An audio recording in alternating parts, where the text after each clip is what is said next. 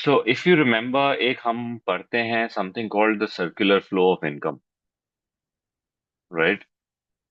Circular flow of income जो हमने last year पढ़ा था, उसके अंदर जस्ट टू रिमाइंड यू, हमने बात की थी कि एक टू सेक्टर इकोनॉमी के अंदर, जो सबसे बेसिक आपकी इकोनॉमी होती है, उसमें फर्म्स और हाउस होल्ड का होना जरूरी है।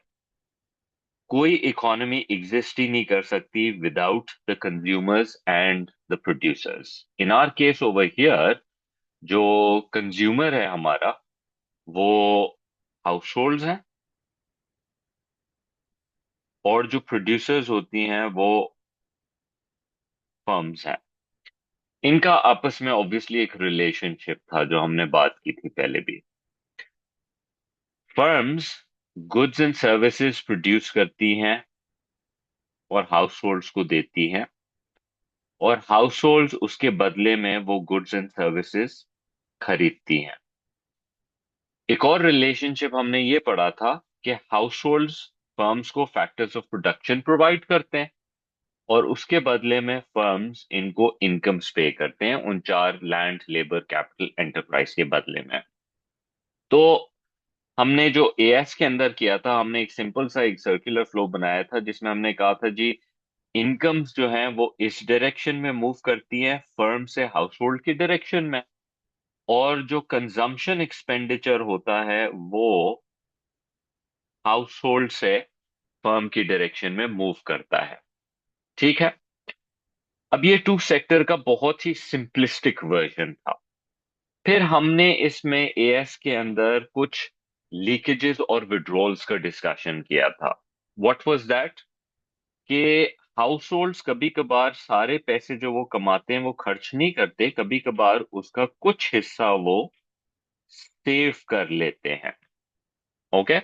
और जब वो पैसे सेव करते हैं अपनी इनकम में से, तो नेचुरली एक बहुत ही सिंपल सा एक फॉर्मूला होता है कि जब भी आप कोई पैसे कमाते हैं, इनकम कमाते हैं, वाई, उसका एक हिस्सा कंज्यूम करते हैं, एक हिस्सा सेव करते हैं। ये टू सेक्टर का, इसमें यानी टू सेक्टर मतलब इसमें ना गवर्नमेंट है ना ट्रेड है इस वक्त।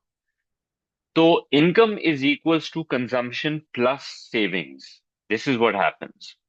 तो अगर आप पैसे सेव करते हैं तो नेचुरली आप कंज्यूम नहीं करते, अगर आप सेविंग्स बढ़ाते हैं तो आपकी नेचुरली कंजम्पशन गिरने की जरूरत होती है।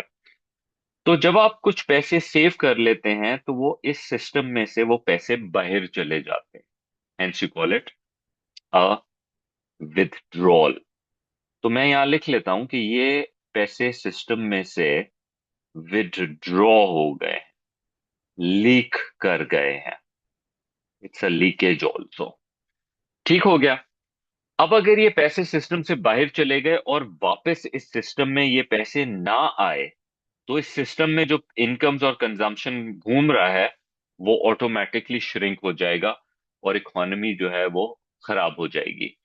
इसी वजह से जो लोग, लाइक फॉर एग्जांपल, करप्शन करते हैं या कैश पे काम करते हैं या ड्रग्स बेचते हैं, तो क्या होता है कि एक फॉर्मल इकोनॉमी में से वो पैसा निकल जाता है, और फिर लोगों के पास घरों में, तहखानों में, कहीं संभाल के, टैंकियों में, बिस्तर के अंदर, इधर उधर वो छुपा देते हैं। तो वो कैश के साथ प्रॉब्लम ये होता है कि वो cash as a saving economy से निकल जाती है।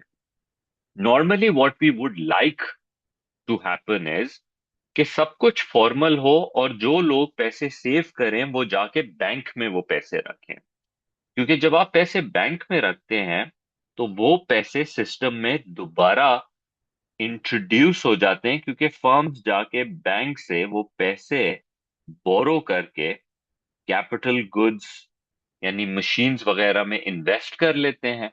तो उसकी वजह से वो पैसा सिस्टम में दोबारा आ जाता है। ये जो पैसा दोबारा आ जाता है इसको हम इंजेक्शन कहते हैं। इंजेक्शन के लिए हम जे की एब्रिविएशन यूज करते हैं, विड्रॉल के लिए हम डब्ल्यू यूज करते हैं। अब अगर आप नोटिस करें, ये टू सेक्टर इक्विलिब्रियम क्रिएट हो गया। इनकम और कंजम्पशन की एक मूवमेंट थी, उसमें से कुछ पैसा सिस्टम से बाहर गया, लेकिन वो इनडायरेक्टली वापस से सिस्टम में पैसे आ गए, इकोनॉमी इक्विलिब्रियम इक्विलिब्रियम पे आ गई है। जब हम गवर्नमेंट को इंट्रोड्यूस करते हैं इस पूरे सेटअप के अंदर, तो गवर्नमेंट के आने की वजह से भी कुछ पैसे सिस्टम से बाहर जाते हैं और कुछ पैसे सिस्टम में दोबारा आते हैं। फॉर एग्जाम्पल, जब गवर्नमेंट पब्लिक से या कॉरपोरेट से टैक्सेशन कलेक्ट करती है, तो उस टैक्सेशन कलेक्ट करने की वजह से सिस्टम में से पैसे बाहर निकल जाते हैं। जस्ट इमेजिन, मेरे पास कुछ पैसे थे जो मैं जिससे मैं कंजम्पशन कर सकता था, लेकिन गवर्नमेंट ने आके अब मुझसे वो पैसे लिए हैं in the form of taxes. अब मेरे पास वो पैसे नहीं है, तो वो पैसे इस सिस्टम में से लीक हो गए हैं, और अब कंजम्पशन के लिए मेरे पास कम पैसे बचते हैं। लेकिन अच्छी बात ये होती है कि गवर्नमेंट वो जो पैसे लेती है टैक्सेस के थ्रू, वो दोबारा गवर्नमेंट स्पेंडिंग के through on goods and services system में दोबारा री इंट्रोड्यूस हो जाते हैं, और वो पैसे सिस्टम के अंदर दोबारा आ जाते हैं। So that is like a good thing, right? फिर उसके बाद, अच्छा, ये जरूरी नहीं है कि द गवर्नमेंट ने जितना टैक्स लिया, अगर 100 बिलियन टैक्स लिया रुपया, और 100 बिलियन ही इंजेक्ट करें।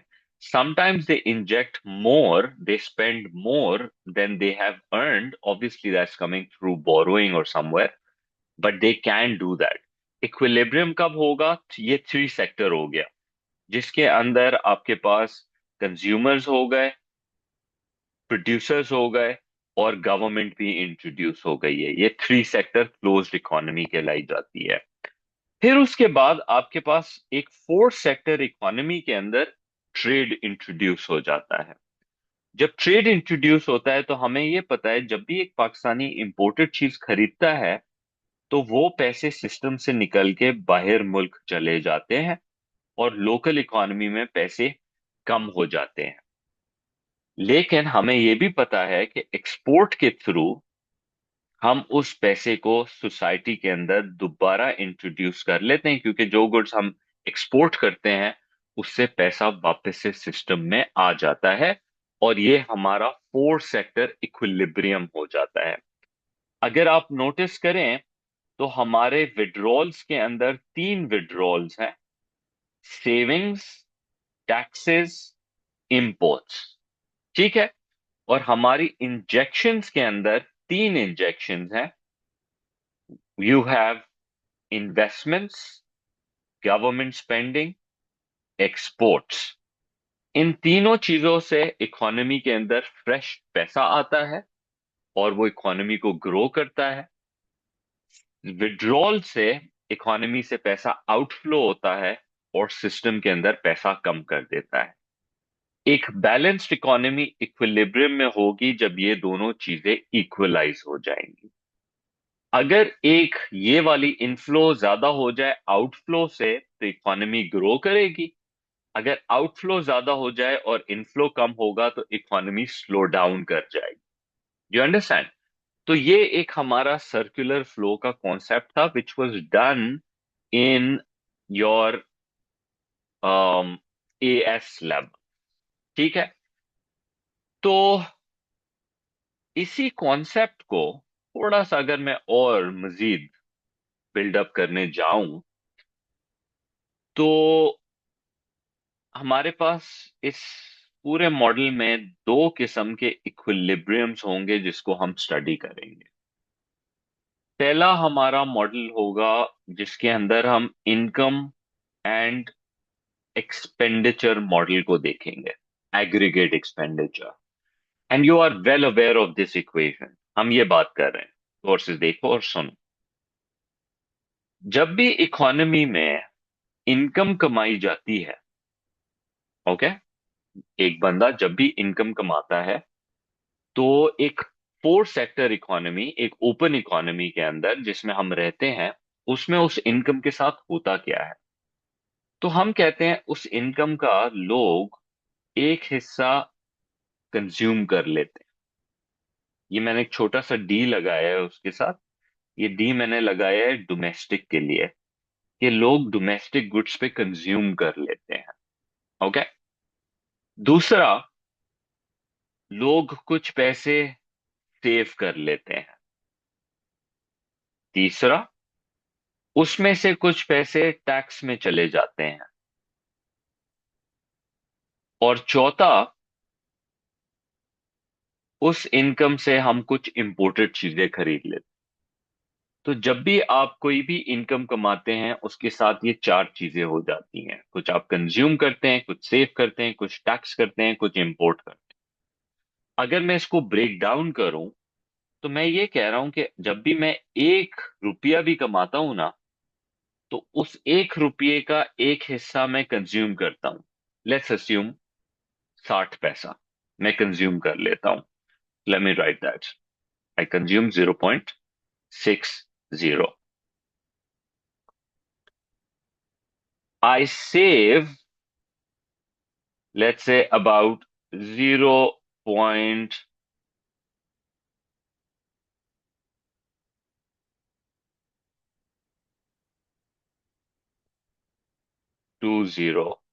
मेरी सेविंग्स हो जाती हैं। 1 सेकंड।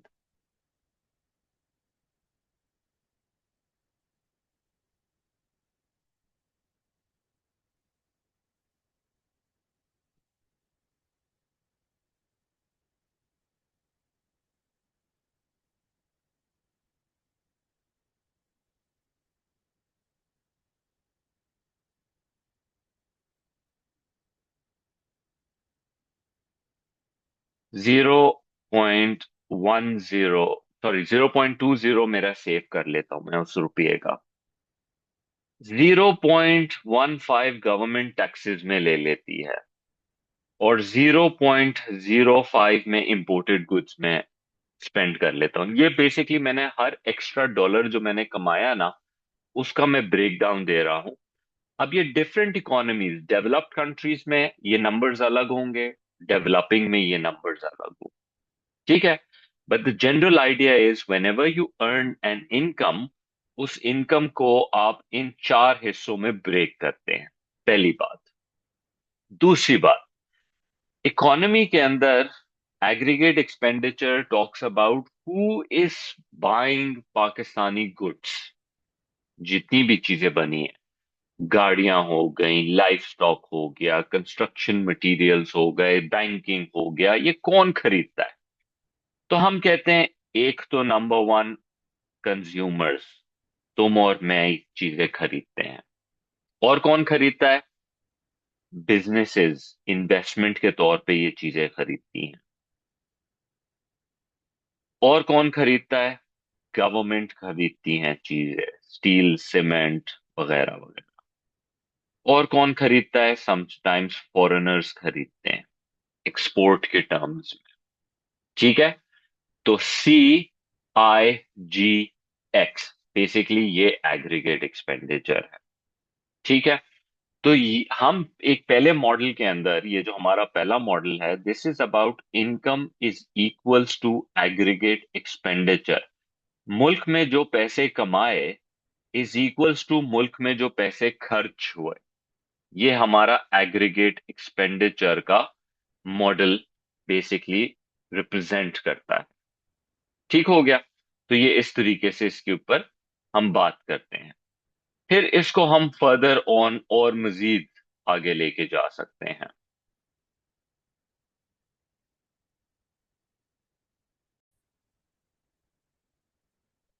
ऑलराइट, सो पहला हमारा मॉडल ये बता रहा है कि income should equals to aggregate expenditure. और दूसरा मॉडल हमारा ये बताता है कि जो पैसे बाहर जा रहे हैं, नहीं पैसे, सॉरी, जो पैसे अंदर आ रहे हैं इकोनॉमी में, that should be equals to जो पैसे बाहर जा रहे हैं। ये हमारा सेकंड इक्विलिब्रियम होता है। ऑब्वियसली इस पूरी सिचुएशन को एक्सप्लेन करने के लिए कुछ ग्राफ्स हैं जो हम थ्योरी के अंदर अभी पढ़ेंगे।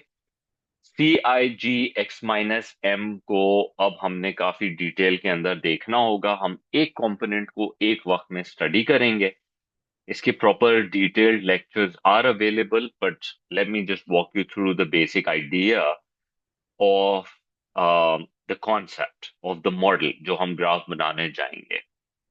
तो हम ये कहेंगे सबसे पहले उठा लेते हैं हमारा पहला कंपोनेंट CIGX-M का।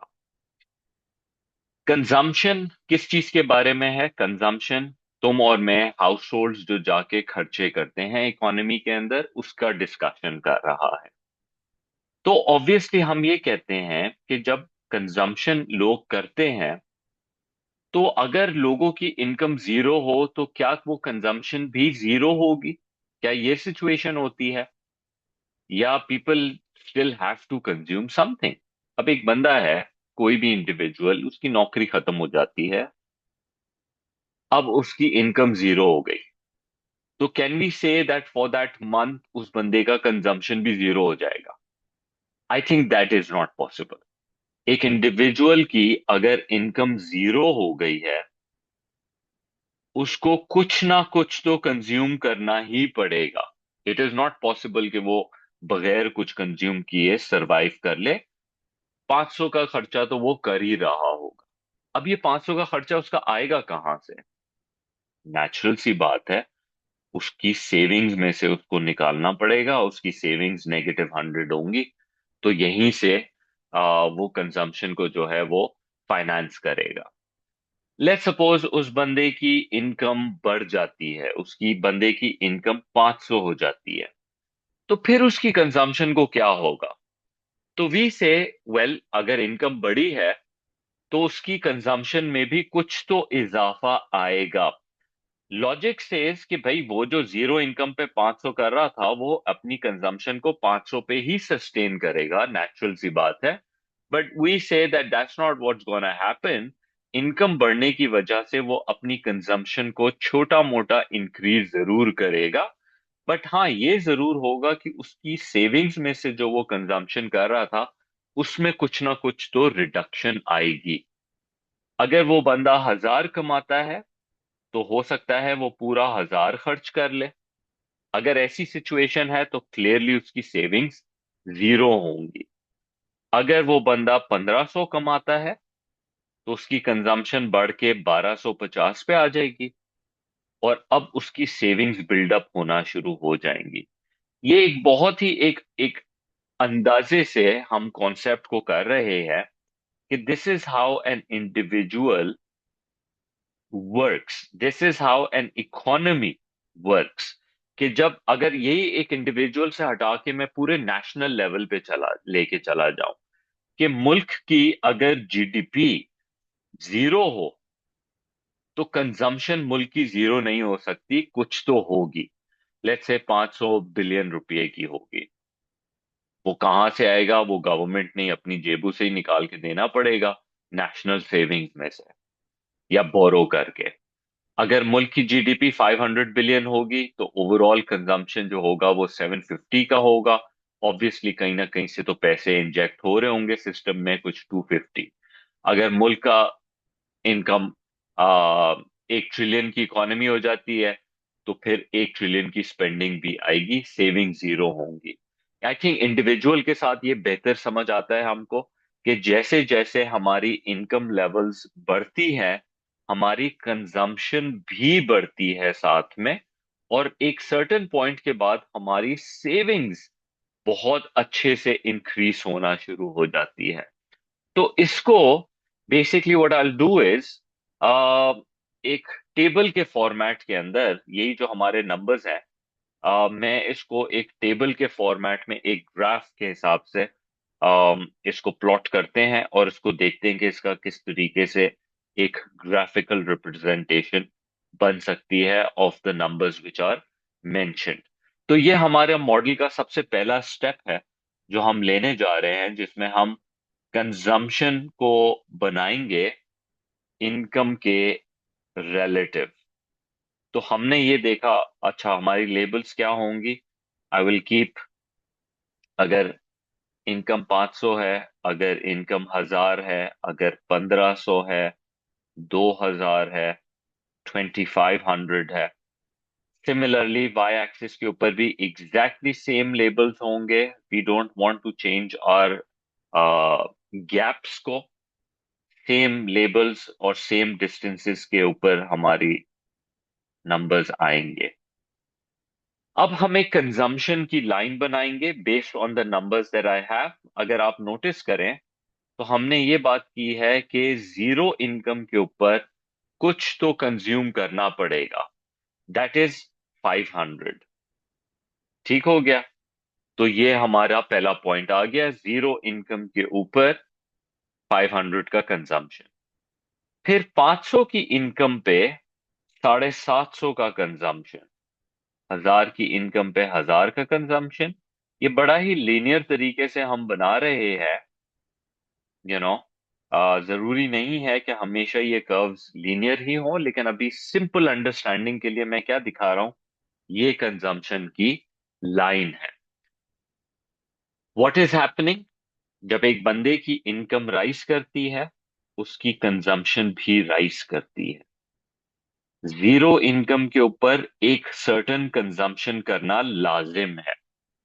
ओके, क्योंकि जीरो कंजम्पशन हो नहीं सकती है, it is just not possible. अब ये कंजम्पशन की लाइन है। ठीक हो गया। सेविंग्स के नंबर्स भी हम निकाल सकते हैं। सेविंग्स के नंबर्स क्या है, -500, -250, 0, 250, 500 एंड 750। इसको हम प्लॉट करेंगे हमारे नीचे वाले डायग्राम के ऊपर।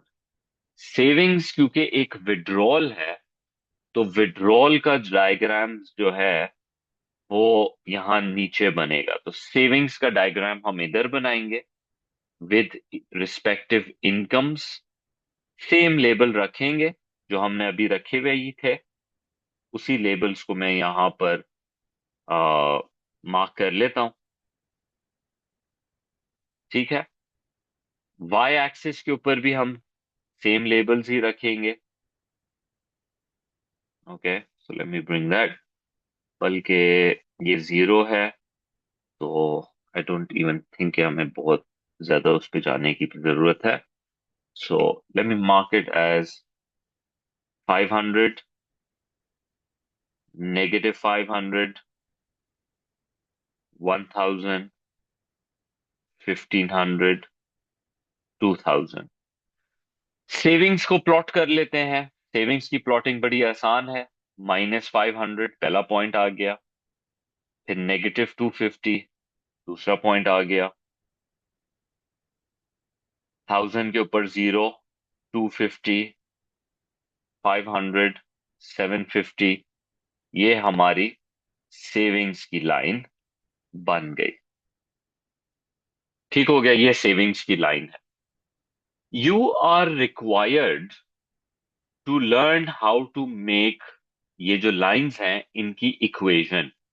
मैथ में हम पढ़ते हैं एक फॉर्मूला जिसको हम कहते हैं लाइन का formula, y is equals to mx+c।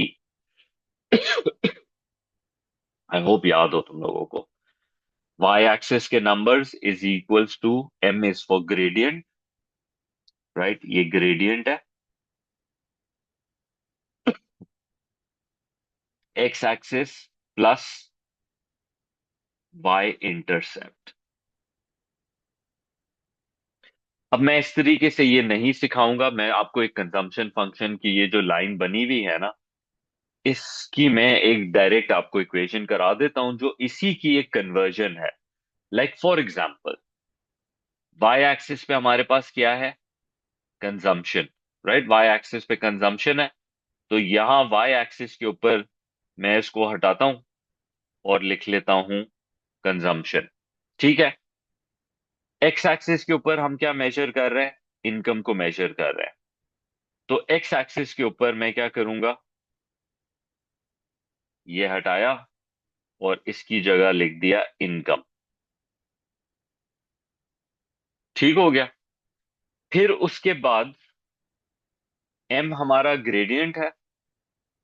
Gradient में एम की जगह, ग्रेडियंट को मैं बी अस्यूम कर लेता हूं, और ए की जगह ये जो वाई इंटरसेप्ट है, सॉरी, जो वाई इंटरसेप्ट है इसको मैं हटा के इसकी जगह ए लिख लेता हूं। है वही y is equals to M X plus C, लेकिन मैंने सिर्फ इसके रेलेवेंट बना दिया है। यू विल कम अक्रॉस के consumption is equals to A plus B Y.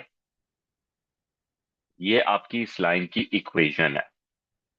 ठीक है, यानी ये क्या बता रहा है आपको कि यहां ग्राफ में तो मैं फौरन देख के बता सकता हूं कि अगर मैं 2500 कमाऊंगा तो मेरी कंजम्पशन है 1750।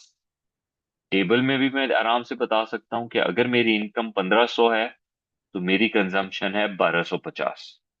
लेकिन अगर मैं बोलूं अगर मेरी इनकम है 7000, अब ये ग्राफ से भी बाहर है, टेबल से भी बाहर है, तो अगर मेरी इनकम 7000 है तो फिर कंजम्पशन क्या होनी चाहिए? तो उसके लिए ये इक्वेशन मुझे हेल्प करेगी। तो पहले इस इक्वेशन को बना लेते।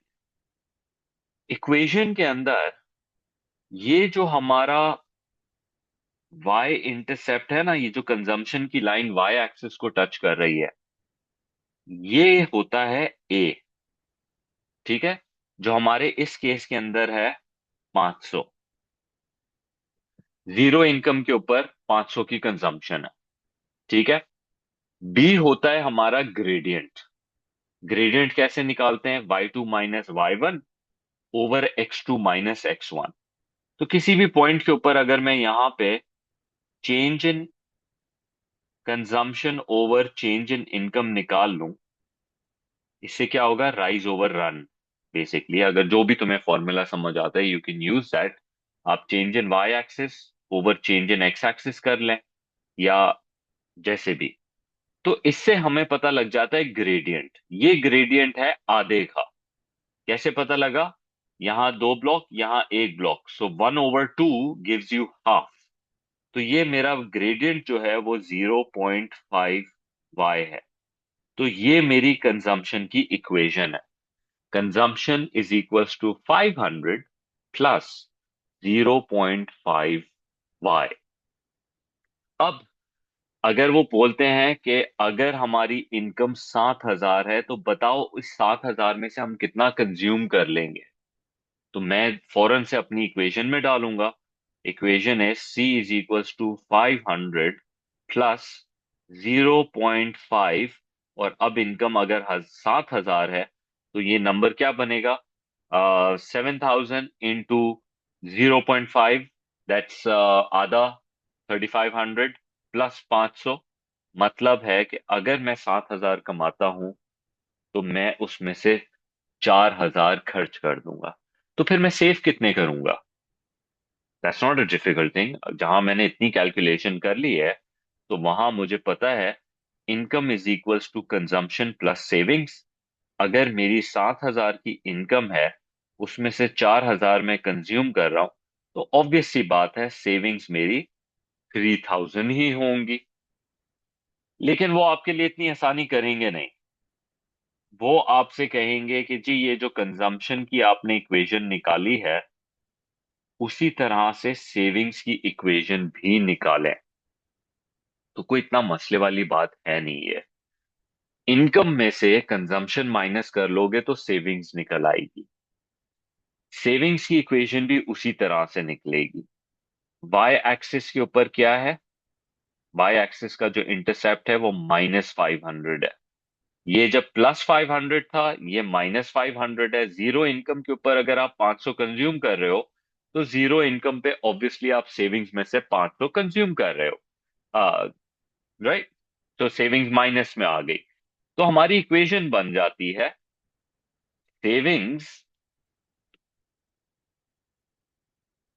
इज इक्वल्स टू -a, जो कि -500 है, प्लस अगर कंजम्पशन का ग्रेडियंट 0.5 है तो 1 में से 0.5 माइनस कर लोगे, 1 माइनस बी है ये। 1 रुपया कमाते हो, उसमें से अगर बी कंज्यूम कर रहे हो तो 1 माइनस बी करोगे तो सेविंग्स निकल आएगी। ये आपकी इक्वेशन है बेसिकली। जहां आपकी कंजम्पशन की इक्वेशन थी, आपने उसी इक्वेशन को सेविंग्स में कन्वर्ट किया। जो ए आपका कंजम्पशन था, उसको आपने -A कर लिया, और जो ग्रेडियंट था कंजम्पशन की लाइन का, उसको 1 - B करके आपने सेविंग्स का ग्रेडियंट निकाल दिया, और वाई हो गया। वही चीज अप्लाई करते हैं दोबारा। Savings is equals to -500 plus 0.5 y। अच्छा, रिमेंबर, अगर ये लाइन का ग्रेडियंट थोड़ा सा स्टीप हो जाता और ये 0.5 की जगह 0.5 की जगह ये अगर 0.7 हो जाता, तो ऑब्वियसली सेविंग्स के अंदर ये फिर 1 - 0.7 0.3 बन जाता है ये। तो ये इस तरीके से ये होता। No, there is logic behind it यार। लॉजिक ये है, चलो जी लॉजिक पे आ जाते हैं। जब भी मैं इनकम कमाता हूं, उसका एक हिस्सा कंज्यूम करता हूं, एक हिस्सा सेव करता हूं, यही बात हो गई। अगर मैं 1 रुपया कमाता हूं और 0.7 कंज्यूम करता हूं, तो 0.3 सेव करता हूं। अगर कंजम्पशन का ये मेरा बी है, तो ये सेविंग्स अगर निकालना चाहोगे तो ये यहां जाएगा, सॉरी, तो फिर ये बी जो है यहां जाएगा और 1 - B हो जाएगा, तो हमारे पास सेविंग्स निकल आएंगी 1 - 0.7। तो इस तरीके से ये निकाला है। इसके पीछे लॉजिक है हमारी, कि अगर आप हर डॉलर का एक हिस्सा कंज्यूम करते हो तो दूसरा हिस्सा सेव करते हो। तो अगर हर डॉलर का 0.5 अगर आप कंज्यूम करते हो, तो फिर 0.5 जो बचा वो आप सेव करते हो। इसीलिए ये 1 - B है। इस लाइन का ग्रेडियंट ऐसे ही बस अपनी मर्जी से नहीं बना हुआ, अब बल्कि इनफैक्ट एक मैं जो दूसरा डायग्राम बनाऊंगा उसमें इस बात को प्रूव करूंगा कि देखो किस तरीके से स्लोप्स मैच भी कर जाते हैं। फॉर नाउ हमें इस बात को समझना है कि कंजम्पशन की लाइन और सेविंग्स की लाइन इंटरलिंक्ड है एक दूसरे के साथ। जहां कंजम्पशन वाज 500 प्लस 0.5 y, वहां सेविंग्स वाज -500 प्लस 0.5 y। और इस तरीके से ये हमारा ग्राफ बनता है। इसका ग्रेडियंट कैसे निकालेंगे? Will do the same. Savings में कितना चेंज आया, इनकम में कितना चेंज आया। In fact, there is more to it. Obviously, there are various things जो इस मॉडल के अंदर फिर आती हैं और हमें देखनी है। तो let me go back to the first model. First model हमें बता रहा है कि किस तरीके से हमने उन नंबर्स की बेसिस पे एक लाइन खींची, और उस लाइन की फिर हमने इक्वेशन बनाई। द थिंग इज, ये हमारी एक्चुअल कंजम्पशन दिखा रहा है। प्लैंड कंजम्पशन भी हम इसको कहते हैं, जो लोग कर रहे हैं। इनकम बढ़ती जा रही है, खर्चा भी बढ़ता जा रहा है। दो कॉन्सेप्ट्स हैं, ऑटोनमस और इंड्यूस्ड का। Let me introduce them. Autonomous, induced, ये बहुत इंपॉर्टेंट है। ऑटोनमस का मतलब होता है कि मेरे पास इनकम हो ना हो फर्क नहीं पड़ता, मैंने एक सर्टेन खर्चा करना ही करना। ऑटोनमस का मतलब होता है independent, independent of income. Doesn't matter income rises falls, जो भी हो जाए। तो अगर आप नोटिस करें आपके डायग्राम में, जो ऑटोनमस खर्चा है वो है 500 का। इनकम बढ़े या इनकम गिरे, 500 का खर्चा आप कर ही रहे हैं। तो ये हो गया आपका ऑटोनमस एक्सपेंडिचर। अगर आप 500 कमाते हैं, 500 ऑटोनमस। 1000 कमाते हैं, 500 ऑटोनमस। 1500 कमाते हैं, 500 ऑटोनमस। 0 कमाते हैं, 500 का ऑटोनमस खर्चा हो ही रहा है। लेकिन आप नोटिस करें, फिर जैसे जैसे आपकी इनकम राइज करती है, आपकी कंजम्पशन में इजाफा आना शुरू हो जाता है। मतलब इनकम के राइज होते होते आपकी कंजम्पशन भी राइज कर रही है। तो कंजम्पशन में दो हिस्से हैं, एक ऑटोनमस खर्चा है और एक इंड्यूस्ड खर्चा है। इंड्यूस्ड बेसिकली डिपेंडेंट है ऑन इनकम। ओके। तो मैंने आपको, अगर मैंने कहा 2000 की इनकम आप कमा रहे हैं, तो मेरा ग्राफ मुझे बता रहा है इस 2000 में से 500 ऑटोनमस खर्चा है, और ये जो है तकरीबन 500 500 हजार जो है वो इंड्यूस्ड खर्चा है। This is how we basically measure. और ये आपका टोटल खर्चा है ऑफ 1500 रुपया, जिसमें एक हिस्सा ऑटोनमस है, एक इंड्यूस्ड। इनफैक्ट ये जो हमने इक्वेशन बनाई है, ये इक्वेशन एक्चुअली यही एग्जैक्ट चीज दिखा रहा है कि ये ऑटोनमस है, इसीलिए मैंने इसको ए का नाम दिया है कि ये ऑटोनमस हिस्सा है।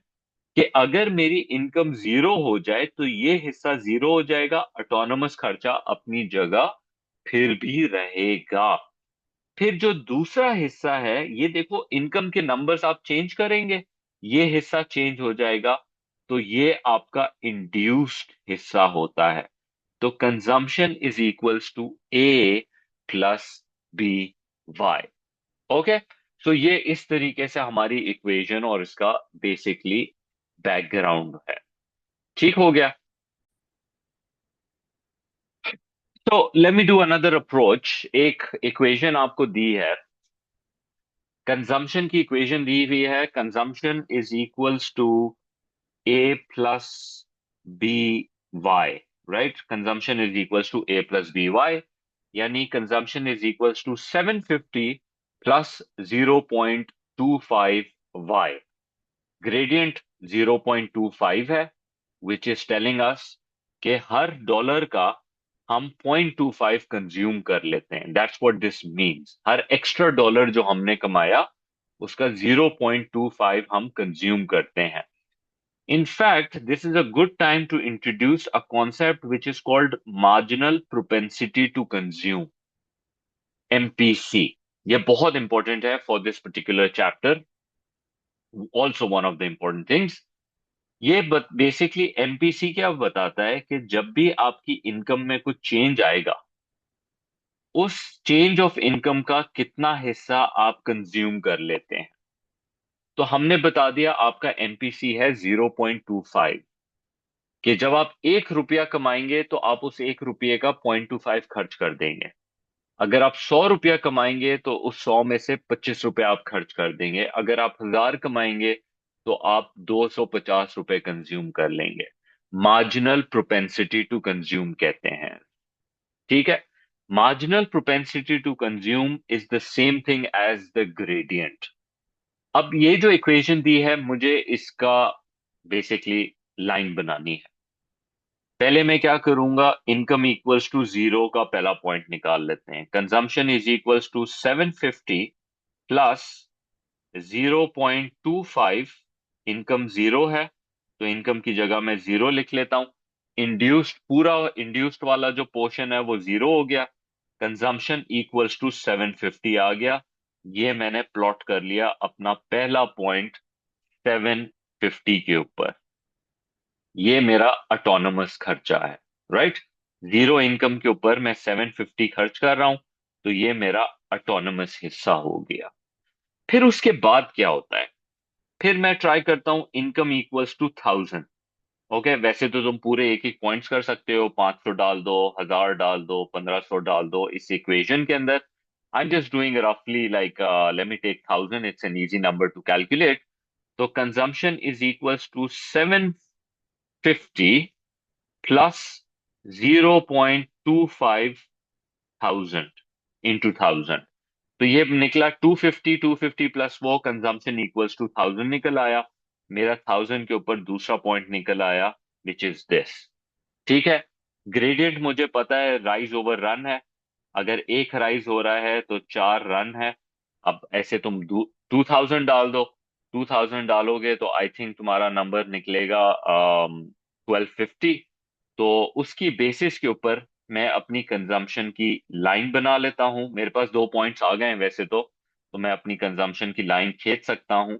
This is how my consumption की line is going to look like. तो ये मेरी कंजम्पशन की लाइन बन गई based on the function that they gave me. अब सेविंग्स बनाने के लिए मेरे पास दो अप्रोचेस हैं। पहली अप्रोच तो मैं आपको बता चुका हूं, इक्वेशन को रिवर्स कर लो। जहां कंजम्पशन की इक्वेशन इज 750 प्लस 0.25y, वहां सेविंग्स की इक्वेशन इज, जहां जीरो इनकम के ऊपर मैं 750 खर्च कर रहा हूं, वो 750 कहां से आएंगे? मेरी सेविंग्स में से। तो जीरो इनकम के ऊपर मेरी सेविंग्स है -750। हर डॉलर का अगर मैं 0.25 कंज्यूम कर रहा हूं, तो इसका मतलब है हर डॉलर का 0.75 मैं सेव कर रहा हूं। ये मेरी इक्वेशन से मैंने निकाला है। Savings is equals to -a plus 1 - b y। ये हमारी इक्वेशन थी। ठीक हो गया। तो इसकी बेसिस के ऊपर मैं लाइन बना सकता हूं। I tell you another trick to make the line. ये लाइन मैंने अभी पिछले उसमें इंट्रोड्यूस नहीं की थी, but I will introduce it right now. It's called an income line. Income line एक कंपैरिजन की लाइन होती है जो क्या बताती है? जीरो इनकम जीरो खर्चा, 500 की इनकम 500 का खर्चा, 1000 की इनकम 1000 का खर्चा, 1500 की इनकम 1500 का खर्चा, 2000 की इनकम 2000 का खर्चा, एंड सो ऑन। अब देखो इस इनकम लाइन से हमें क्या इंफॉर्मेशन मिलती है, ये हमने क्यों बनाई है इनकम की लाइन। इसको आप 45 डिग्री लाइन भी कहते हैं। बेसिकली इस लाइन के इंट्रोड्यूस होने से मुझे सेविंग्स के बारे में बहुत कुछ पता लग गया। क्या? 1000 की इनकम पे कंजम्पशन की लाइन 1000 पे ही इंटरसेक्शन है। What I can say about this point is कि इस पॉइंट पे income is equals to consumption है। तो मेरी सेविंग्स कितनी हुई इस पॉइंट के ऊपर? नेचुरल सी बात है, जब जो कमाया वो खर्च कर दिया तो सेविंग जीरो होनी चाहिए। ओके जी।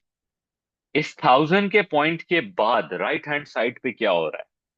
लेट सपोज मैं उठा लेता हूं 2000 की इनकम पे क्या हो रहा है। 2000 की इनकम पे कंजम्पशन है 1250 का। तो क्लियरली हमें नजर आ रहा है इनकम ज्यादा है, कंजम्पशन कम है।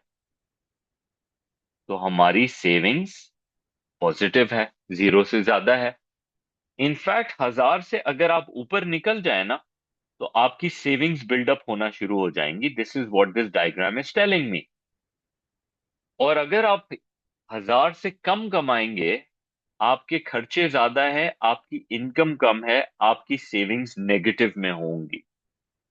तो इस 45 डिग्री लाइन की आने की वजह से हमें सेविंग्स के बारे में कुछ खास खबरें पता लगी। उसी खबर को लेके हम नीचे अपने इस सेविंग्स के कर्व में, दो तरीके हैं। या तो यहां पे वही नंबर्स प्लेस करना शुरू कर दो इस इक्वेशन में। इनकम जब जीरो होगी तो ये -750 होगा। तो हम मार्क कर लेते हैं -750 के ऊपर। तो लेट मी डू दैट। -750 हमारा पहला पॉइंट आ गया इधर। -750। 1000 की इनकम के ऊपर कंजम्पशन पूरी 1000 थी, सेविंग जीरो है। ये इंफॉर्मेशन तो मुझे यहां से भी पता लग जाती है ऊपर ग्राफ में से कि 1000 की इनकम पे सेविंग्स अगर जीरो है, तो मेरे इस ग्राफ के अंदर ये सेविंग्स की लाइन यहां से गुजरनी चाहिए। So what I want you to see is gradient में चेंज आ गया है। Gradient is not the same any more. Savings की लाइन का ग्रेडियंट डिफरेंट है, ज्यादा स्टीप है। और कंजम्पशन का ग्रेडियंट कम है। ये क्यों है? क्योंकि इसका ग्रेडियंट था 0.25 और इसका ग्रेडियंट है 0.75। तो अगर मैं इसकी इक्वेशन में कुछ बातें ऐड करूं कंजम्पशन के अंदर, इफ यू रिमेंबर, हमने जो ऊपर ये बात मार्क की है कि ये जो 1 - b है, ये असल में MPS है। कि जब भी हम 1 रुपया कमाते हैं उसका कितना हिस्सा हम सेव करते हैं। इस केस में 100 रुपया कमाते हैं तो 75 रुपए सेव करते हैं। अगर 1 रुपया कमाते हैं तो 0.75 सेव करते हैं। और इस तरीके से हमारे पास ये कंजम्पशन की और सेविंग्स की लाइन निकल आई, जिसमें यू कैन क्लियरली सी कि हमारी, अगर आप हम 1000 से कम कमाएंगे तो हमारी सेविंग्स नेगेटिव में है, और अगर हम 1000 से ऊपर कमाएंगे तो हमारी सेविंग्स पॉजिटिव में चली जाएंगी। और ये एग्जैक्टली दोनों डायग्राम्स में ये इंफॉर्मेशन शो हो रही है। हमें ये दोनों डायग्राम्स बनाने आने चाहिए, क्योंकि इसके ऊपर अब हम बिल्डअप करेंगे। एक चीज मैं यहाँ जरूर नोट करना चाहूंगा और कराना चाहूंगा, ये जो पॉइंट है जहां इनकम और कंजम्पशन की लाइन इंटरसेक्ट होती है, मेहरबानी करके इस इक्विलिब्रियम का नाम आप कभी नहीं देंगे, क्योंकि इक्विलिब्रियम होने के लिए, राइट, इक्विलिब्रियम होने के लिए जब हम कहते हैं ना income is equals to the खर्चा, तो टू सेक्टर में इनकम इक्वल्स टू खर्चा के लिए सी प्लस आई होना लाजिम है। यहां हमारे डायग्राम में अभी तक मैंने इन्वेस्टमेंट को इंट्रोड्यूस नहीं किया है। अभी हमारा डायग्राम इनकम्प्लीट है क्योंकि उसमें सिर्फ और सिर्फ पी है, तो ये इक्विलिब्रियम नहीं हो सकता। तो टू सेक्टर के अंदर सी प्लस आई आएगा तो हमारा इक्विलिब्रियम आएगा। थ्री सेक्टर के अंदर सी प्लस आई प्लस जी होगा तो थ्री सेक्टर का इक्विलिब्रियम बनेगा। और फोर सेक्टर के अंदर income is equals to C plus I plus G plus X minus M करेंगे तो हमारा फोर्थ सेक्टर इक्विलिब्रियम बनेगा। तो अभी हम थोड़ा सा एडवांस में है, इस बात को अभी मजीद बिल्डअप होना जरूरी है। आ, कुछ कैलकुलेशन की एलिमेंट्स हैं जो मैंने अभी तक हमारी इस एक्सप्लेनेशन के अंदर वी हैवंट टॉक्ड अबाउट। जैसे मैंने दो बातें तो जरूर इंट्रोड्यूस कर ली हैं यहाँ पर, तो लेट मी एक सेकंड दो, लेट मी जस्ट वो दो कैलकुलेशन के पॉइंट्स को भी मैं इंट्रोड्यूस कर ही देता हूं। आ, एक है हमारा, सो फॉर एग्जांपल जब हम कंजम्पशन के नंबर्स के साथ वर्क कर रहे थे हमारे इस पूरे एग्जांपल के अंदर, तो एक चीज हम निकालते हैं जिसको हम कहते हैं average propensity to consume. Okay, APC, average propensity to consume. इसका क्या मतलब होता है कि हमने जो इनकम कमाई, जो भी कमाई, 1500 कमाई, 2500 कमाई, 500 कमाई, उस पर्टिकुलर इनकम का कितना हिस्सा हम कंज्यूम कर रहे हैं। ओके, सो एपीसी का फॉर्मूला होता है कंजम्पशन ओवर इनकम। तो in our first case 500 divided by zero, ये तो मैथ एरर आ जाएगा क्योंकि ये तो इन्फिनिटी है, तो ये मैथ एरर है, will not right anything. Second, अगर मैं 500 कमाता हूं और मैं 750 खर्च करता हूं, तो 750 ओवर 500 गिव्स मी कि ऑन एवरेज मैं $1 कमाता हूं तो मैं $1.5 खर्च कर देता हूं। That's what this is showing me. अगर मैं 1000 कमाता हूं और 1000 खर्च कर देता हूं तो मैं हर डॉलर का ऑन एवरेज पूरा डॉलर खर्च कर रहा हूं। तो if you see, average propensity to consume क्या होती है कि एक गिवन लेवल ऑफ इनकम का कितना हिस्सा मैं कंज्यूम कर रहा हूं। और ये नंबर्स आगे मैं जाता जाऊंगा तो I think the next number I am gonna have is, ये गिरता जा रहा है 0.83, फिर उसके बाद है 0.75। अगर आप नोटिस करें जैसे जैसे मेरी इनकम बढ़ रही है, ऑन एवरेज मेरा हर डॉलर का जो हिस्सा कंज्यूम हो रहा है वो गिरता जा रहा है। ठीक है, अब मैं निकाल लेता हूं इसी के साथ ही something called marginal propensity to consume. Marginal propensity to consume क्या होता है? Basically marginal propensity to consume का मतलब है कि जब भी मैं एक एक्स्ट्रा डॉलर कमाता हूं, उस एक एक्स्ट्रा डॉलर का कितना हिस्सा कंज्यूम किया जाता है मेरे एंड से। फॉर एग्जाम्पल, अगर मेरी इनकम 0 से 500 पे गई तो कितना बड़ा फर्क आया, 500 की मेरा इनकम में चेंज आया। मेरी कंजम्पशन में कितना फर्क आया? 500 से 750 पे चली गई, 250। तो मेरा average propensity to consume, sorry, जो मार्जिनल प्रोपेंसिटी टू कंज्यूम है, वो 0.5 है। ये क्या बता रहा है? कि जब भी मैं एक एक्स्ट्रा डॉलर कमाता हूं, उसका 0.5 मैं खर्च करता हूं। सो मार्जिनल का मतलब, अगर आप याद करें, एएस से आ रहा है। मार्जिनल का मतलब है वन एक्स्ट्रा। तो यहां पर हम बात कर रहे हैं वन एक्स्ट्रा डॉलर अर्न किया हो, तो फिर हम उसके साथ क्या कर रहे हैं। फिर अगर मेरी इनकम 500 से 1000 पे जाती है, तो मेरी कंजम्पशन में अगेन 250 का इम्पैक्ट आता है। तो 0.5, उसके बाद कैलकुलेट करोगे फिर 0.5, फिर कैलकुलेट करोगे फिर 0.5, विच मीन्स कि मैं हर एक्स्ट्रा डॉलर जो कमाता हूं, उसका 0.5 में कंज्यूम कर लेता हूं। ये एवरेज प्रोपेंसिटी टू कंज्यूम और मार्जिनल प्रोपेंसिटी टू कंज्यूम की बात है। हम पहले भी ये बात राइट साइड पे कर चुके हैं। एमपीसी लाइन का ग्रेडियंट है, क्योंकि लाइन सीधी थी तो हमारा ग्रेडियंट भी सीधा है। वन लास्ट थिंग, इन्हीं नंबर्स की बेसिस के ऊपर एवरेज प्रोपेंसिटी टू सेव भी निकलता है, जिसका फॉर्मूला है सेविंग्स ओवर इनकम। वो कैसे निकलता है? कि ऑन एवरेज, अगर मेरी इनकम 0 है और मेरी सेविंग्स -500 है, तो पहला तो ऑब्वियसली गड़बड़, right? Infinity, math error. Second चीज क्या दिखा रहा है? सेकंड चीज ये बता रहा है कि अगर मैं 500 रुपए कमाता हूं, 750 खर्च करता हूं, तो मेरी सेविंग्स है -250। तो मैं अपने फॉर्मूले में डाल देता हूं -250। जब मैंने 500 कमाए, क्या बताया इसने? -0.5। अब इसकी लॉजिक देखो। $1 मैंने कमाया ऑन एवरेज, उस $1 का $1.5 मैंने खर्च कर दिया, तो ऑब्वियसली सेविंग्स ऑन एवरेज -0.5 हो रही है। यहां पे हम ये नंबर भी गैस कर सकते हैं। अगर इनकम एक 100,000 है और 1000 मैंने खर्च कर दिया, तो ऑन एवरेज मेरी सेविंग्स कितनी होनी चाहिए? 0। अगर मैं $1 का 0.8 ऑन एवरेज कंज्यूम कर रहा हूं, तो सेविंग्स कितनी होनी चाहिए? 0.20। अगर $1 का ऑन एवरेज मैं 75 पैसा खर्च कर रहा हूं, तो सेविंग्स कितनी होनी चाहिए? ठीक। उसके बाद, this is how this works. Average propensity to save कुछ इस तरीके से ऑपरेट करती है।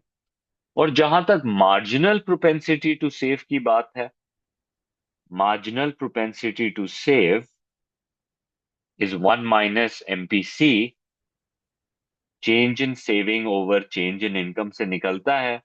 अगर $1 का 0.5 मैं कंज्यूम करता हूं, तो 0.5 ऑब्वियसली मैं सेव कर लेता हूं। तो इस तरीके से ये हमारे नंबर्स निकल आएंगे। ये सब मैथमेटिकल उसके लिए इम्पोर्टेंट है।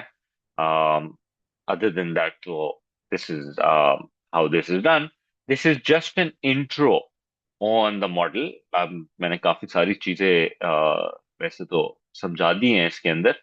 अब जो है, ये जितनी भी हमने चीज की है, इन द फ्यूचर क्लासेस हम इसके ऊपर थोड़ा सा इसको बिल्डअप करेंगे।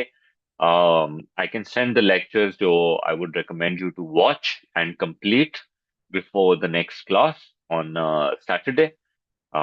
तो अच्छा सा तुम्हारे पास एक जो इन्फॉर्मेशन मैंने थोड़ी सी छोड़ी है, वो इन्फॉर्मेशन भी तुम लोग कवर कर लोगे उसके अंदर।